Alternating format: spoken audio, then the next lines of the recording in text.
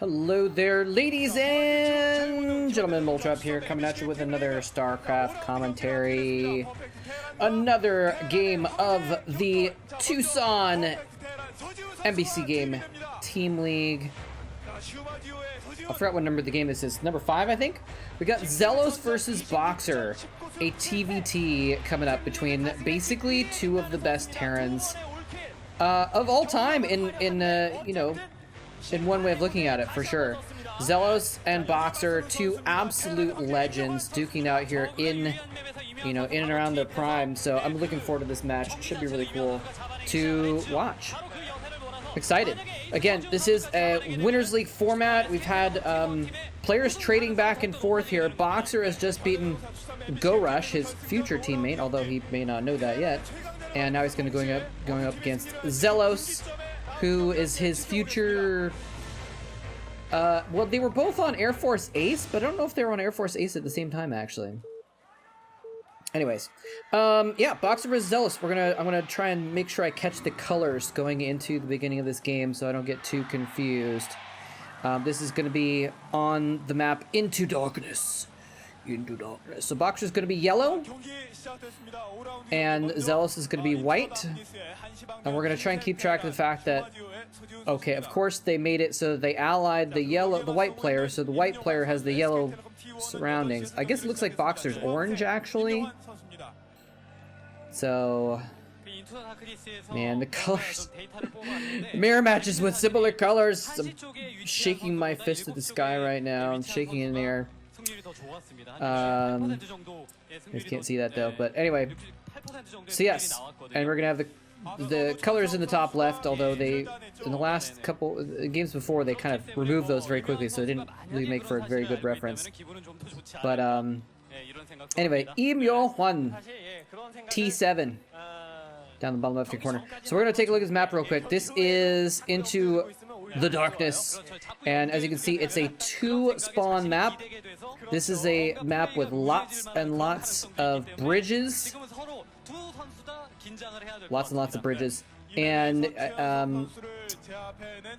so it's kind of a windy, twisty map. There's a lot of different ins and outs, a lot of different what have yous, a lot of different ways that you can go between the different spawn points. You know, there's kind of a straight route from natural to natural, but it goes zigzags over some bridges. You can go around the sides though as well. If I remember correctly, didn't we see? I think we might have seen game earlier in the series on this map. Maybe not though. Anyway, maybe it was another game we casted recently. But regardless, we got Xellos at the top right. He's going to get and creating a barracks a little bit farther out. You know, just sort of. And again, you know, whoa, what's going on here? Oh, Boxer's going command center first. Bam, dropping down the CC, the double C, the command center, and Xellos is going to come down here and spot this right away, so he's going to be able to theoretically put some pressure on there. At the very least, he can actually just pressure that SCV with his own SCV, forcing Boxer to bring extra SCVs to fight and repair and what have you. But yeah, I mean, if you look at this map, it's got a ramp down to a natural expansion, and there's a pretty wide choke leading out to the rest of the map. A third base is wide open. It's going to be really hard to take a third, although by the time you have a third on this map in Terran versus Terran, you're going to have a big mech army, and so it's not going to be that difficult to hold. In fact, you may want a spread out choke for a third base, actually, as a Terran. I'm not sure how it would exactly work out in this matchup, but anyways, oh my gosh, she really didn't want to be on camera there. So we got Boxer going commencer first. Now, the thing is Xellos, he built his barracks a little bit out, but it wasn't like a proxy position out. It was just to float it. Oh, but this Marine is going ham. It's killed one SCV already. It's going to try and kill another one. Boxer does. This one Marine is actually a huge danger. If he could stop the barracks or the command center from going up, it would be huge. Boxer needs to pull some SCVs, but he's actually already finished both buildings. And so he's going to actually chase that Marine with some of his own SCVs. Nice micro, pulling back the SCV that was getting attacked. Oh, he's going for the... Wait, no, he's not going for the red one, actually. There was a red one there that he's not really trying to kill. But anyway, he's trying to put a little bit of pressure on here, and he's doing it. This is actually good. It's a really, really cool move here by Xellos. He lost one Marine. He killed one SCV. He disrupted the movement of several more. And, yeah, so, and now he has his own expansion up and running. I'm sorry, no, we're looking at Boxer's base. It threw me off because the minerals were above the base. But Xellos is going to be... Oh, those are not a command center in the natural. Those are factories. Oh, okay. I just saw, like, some movement in the natural, and I assumed he was responding to the quick expansion with his own quick expansion. But he's going to try and punish Boxer hardcore for this. He's got 2 factories completed. He's gonna have 2 machine shops. He's actually gonna build Marines behind the mineral line with his barracks that he's floated down here. I mean, I think the intention of that forward barracks, like I was starting to say earlier, was just to be able to float it in and get a scout off. And oh, looks like a little bit of a Marine fight. And oh no, that was actually really close. I thought for a moment that maybe the Marine was gonna pop out at this exact moment that Boxer's Marine would be attacking the barracks, and so Xellos' Marine would have gotten the first shot against him or something like that. But anyway, it didn't work out that way. Boxer defends that little cheeky Marine thing, but there's forces coming out here. There's a single tank actually. Is he going for a siege mode? He's going for, I think he's going for siege mode here. Boxer is way behind on tech because he's went for this first command center. So this is basically, oh, and he's even going to be able to tank attacks with the barracks. You cannot retarget you cannot retarget the target of the attacks of a bunker. So if he keeps that barracks there, it'll keep attacking, I think, until attack units come in. It might switch over. I'm actually not sure how that works, the AI, as far as, does it switch targets if there's a better target, or does it keep attacking a building in that case? Anyway, this tank is coming in here. It's going to be forcing Boxer to pull off SCVs. And a little bit of an SCV fight going on. The scouting SCV dying in Xellos' base. SCV's coming off the line to try and target down Boxer's tanks. But there are 3 tanks here now. He's bringing Marines out too, just to try and get some more damage down. But he really needs to hide behind that bunker. Boxer's trying to catch up. He's got his own 2 factories here. But siege mode is on. Oh no, but the SCVs are coming out. He's actually going to target the bunker with 1 volley. Had forced to unsiege. I think his plan may have been to follow up. Oh, Boxer has siege mode already? This is insanity. But he actually gets his tank targeted down, though. But the enemy siege tanks, the bunker goes down as well. He couldn't repair it. Xellos doesn't have any forces to defend these tanks from SCVs and whatever. But now the vultures are almost on the way. He would have needed to pull more SCVs off the line to try to kill those tanks off while he was attacking with his own siege tank. Here's going in for one more last-ditch attack on this before his front gets broken. Xellos again forced to unsiege as soon as he sieges up, but now the vultures are here and they're going to be able to protect those tanks. Boxer does have 1 in siege mode back here in the back. Xellos has vision with his floating barracks that's kind of over that tank, so he's going to be able to keep track of it at all times. And look at this, Xellos has expanded himself in the background. So is he going to be able to do enough damage here to equal the economic advantage that Boxer has gotten from having his up first? It's hard to say. And I look at the economic win because it looks like Boxer's stabilized. It doesn't look like this is quite going to break him. He did get his 2 factories up. He started getting tanks out. It looked a little dicey when he lost his first tank, 3-to-1 fire with the siege tanks. But he seems to have stabilized. He has his own vision out here with his own barracks floating in front of his own base. And so Boxer's going to be in okay shape. Armory going up in a 3rd factory. Double starport coming down for Xellos, though.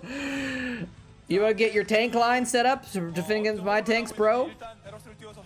Well, I'm going to get some paper planes, bro. Boxer has his own starport as well, but I don't know if you guys are aware of the fact that 2 is a larger number than 1.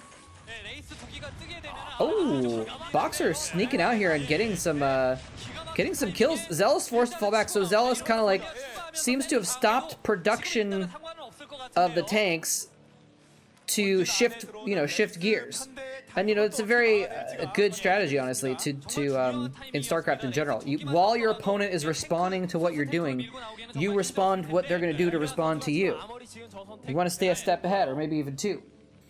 And, although sometimes getting 2 steps ahead is getting 1 step behind. It's like, I think he's going to go throw a rock. So I'm gonna throw paper, but then because I'm gonna throw paper, he's gonna throw scissors, so I'm gonna throw rock. And then you just throw scissors against his rock and you lose. You know, can't get too far ahead. Anyways,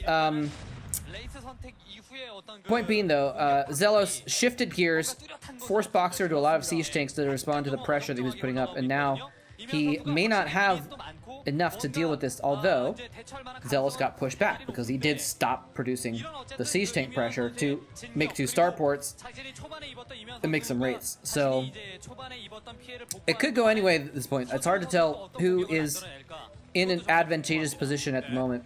Boxer has 4 factories and an armory and 1 starport. He's making a 5th factory even.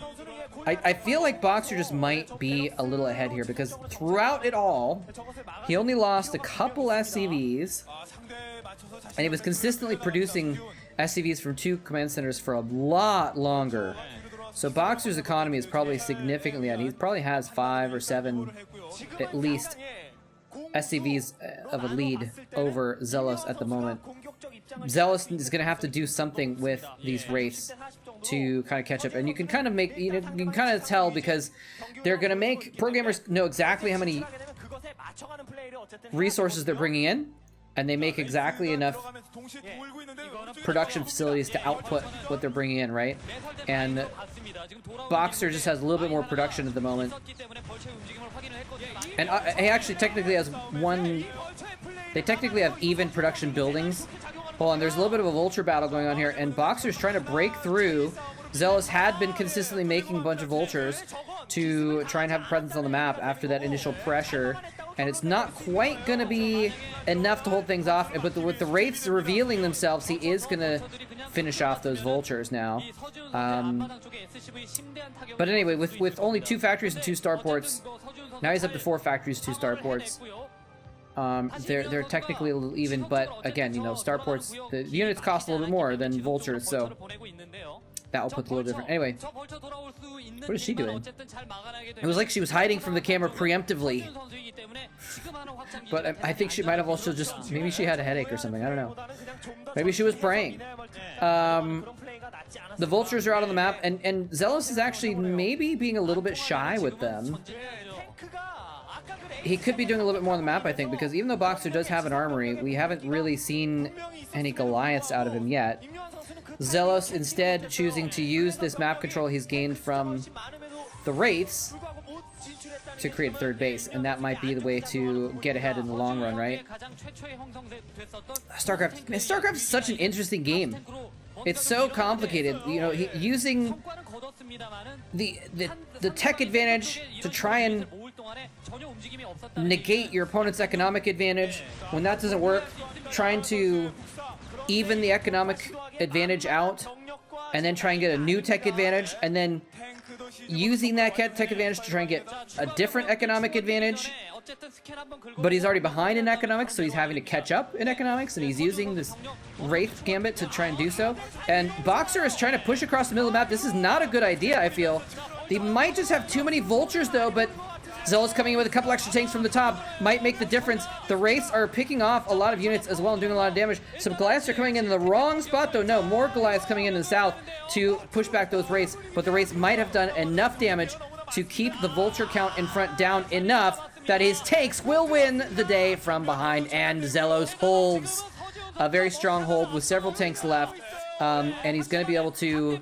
Did I see him repairing? I don't know if I saw him repairing that or if I was just imagining things, but either way, he could repair up his units if he wanted to, because a lot of them are damaged. But now Xellos is pushing down here. He's got his 3rd base about to get up and running, but he's also putting pressure on. When you have the economic advantage and the map advantage, that could be a very strong combination. Boxer is being forced back on his production facilities, which he built in his natural expansion, so they're in a little bit of danger here. He's pulling SCVs to try and kill off these tanks, and it's working a bit. The Wraiths are doing their best to try to knock down this threat to the tanks. He just doesn't have enough vultures here. Are the SCVs gonna be able to break through because of that? And it looks like not quite, but a couple vultures popping out for Boxer are gonna be able to get up nice and close. And the Wraiths are here as well. Oh, Boxer sending out Oh, I don't know what he's going to do with that dropship, actually. Maybe, hopefully it was empty for him, but I was thinking, like, oh, while this is going on, he's going to send out a drop to Xellos' base, and that would have been a really clutch move, but he actually didn't do that, and he brought him back. Maybe he's going to try and do SCV bombs on top of the tanks or something like that. But the Wraiths are pulled back to deal with the dropship, make sure that's not a threat, and a ton of vultures coming in are going to help wipe up. And actually, look, he pulled back that dropship and then sent it back out again to die to the last remaining Wraith, it looks like. Boxer now having units inside of his main, or his natural expansion on top of his production facilities. Maybe he built them out too far.